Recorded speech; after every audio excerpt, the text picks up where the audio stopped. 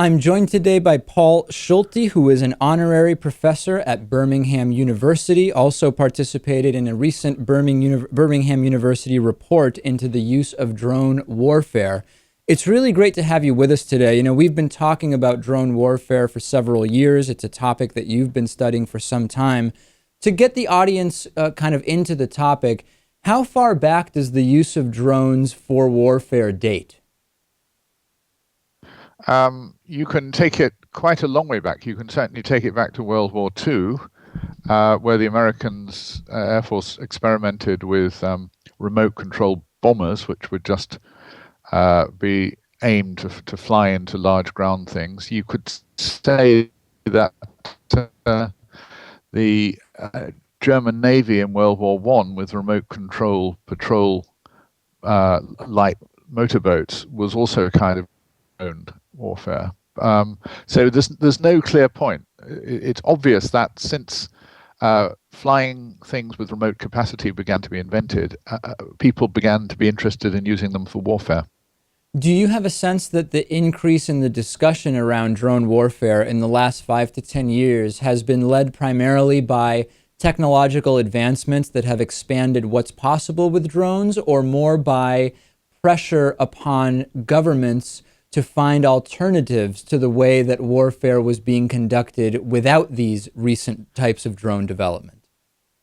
Well, I think it's two things. It's the coming together of various technologies. It's lightweight aeronautical materials, better engines, and above all, the kind of remote control technologies, high bandwidth satellites in particular. So that gave this kind of flying weapon more salience than it could ever have had before, because it was just more useful and more effective. But it's also the very controversial American government campaign of counter-terrorist strikes in countries which have not formally agreed to those strikes. Now, whether they're complicit is another matter, but the fact that this is not only morally uncomfortable for a lot of people, but legally questionable for most countries, that made this extremely controversial. In your report, did you uncover or state or feel that the moral questions are going to be, over the near and middle term, more of an obstacle to increased usage of drones, or do you believe that it is the legal issues that will take precedence?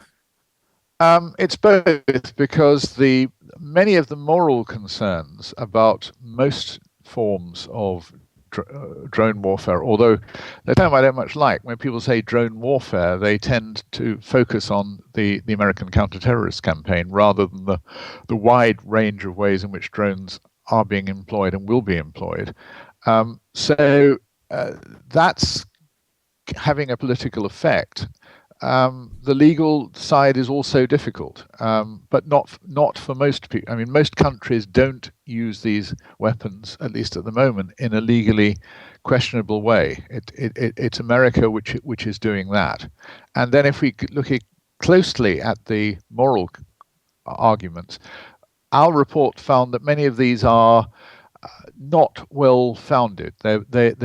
They're based on a romantic misunderstanding of what warfare is and what drone warfare is. There's no question that there are moral misconceptions, but at the same time, I think that we have, you kind of presented the circumstances of the pilot or controller is at personal risk or isn't, as if it were in this kind of black or white scenario. But there is some gray area there, right? Because we do have studies that point out that the psychological impact on someone who is flying a plane that, as you indicate, very well could drop the same bombs that a drone could drop, that is a different experience for the pilot than it is for a drone operator who knows that they're just sitting in a room in some other part of the world. So maybe more gray area is necessary here. Well, just how different is not clear, because drone pilots too get PTSD, and the research which we looked into seemed to indicate that the rate of PTSD was not very different between manned pilots or people in that equivalent position, and remote control operators. Well, there is no question that there is a difference in terms of empirically, it's a different thing that they are doing. But that's a separate question to the one you're getting to here, which is of rates of PTSD. I just don't think that there's any denying that, practically speaking, we're talking about two different things here. So I think you seem to be reverting to this use of drone warfare, in inverted commas, to talk about the counter-terrorist campaign, don't you?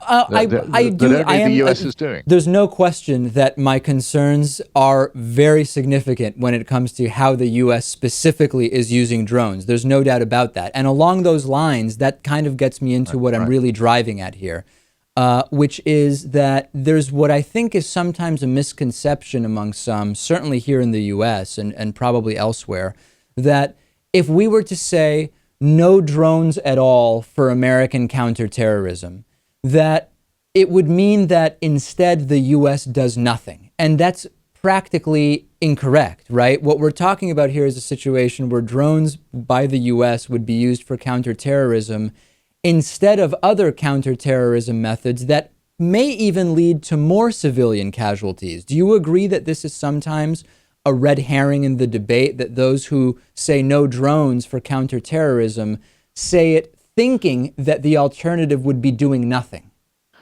Yes, I think that's right. But again, let's be clear about terms here. The use that you're referring to, I think, is only, from the way you're talking, is only about the use, say, in Pakistan or Yemen or Somalia. Many of the attacks by drones in Afghanistan would count as counterterrorism. They're going after people who are members of terrorist groups linked with those who are over the border in Pakistan. So again, we must be clear what we're talking about, and we must also be clear that there would be satellites, there would be surveillance drones, which would also be passing information which could prove deadly about people. But you're quite right to say that the alternatives to using kinetic armed drones in cross-border situations without explicit legal consent, that would have alternatives which... What do you see as the biggest challenge going forward with regard to drones? The biggest challenge with regard to drones in general, I think, is actually one that we haven't talked about yet, which is the development of armed autonomous or robotic drones that will begin to make their own decisions to save microseconds of combat time, to give them a slight advantage or to avoid being dependent on communications which could be jammed. I think there's the moral problem that we really need to worry about. And as it stands currently, international law, correct me if I'm wrong, prohibits weapon systems that cannot follow the rules of distinction and proportionality. And is that where this becomes a concern with a robotic drone? Yeah, they do. They are forbidden by those rules, but you might find countries developing them and saying, "Well, we think our robotic systems are capable of following those. We are convinced, and we're not going to tell you, incidentally, about all the details of our algorithms and hardware that this is good enough and it is legal, and therefore we're going to deploy them." I think that is a risk. There's a UN working party at the elections beginning in Geneva, but this is a problem for the 21st century: how to control artificial intelligence linked to killing.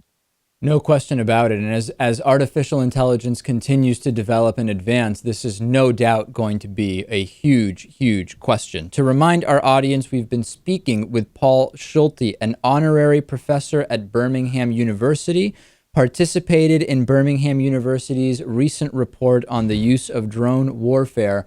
Thank you so much for joining us today. Really a pleasure having you on.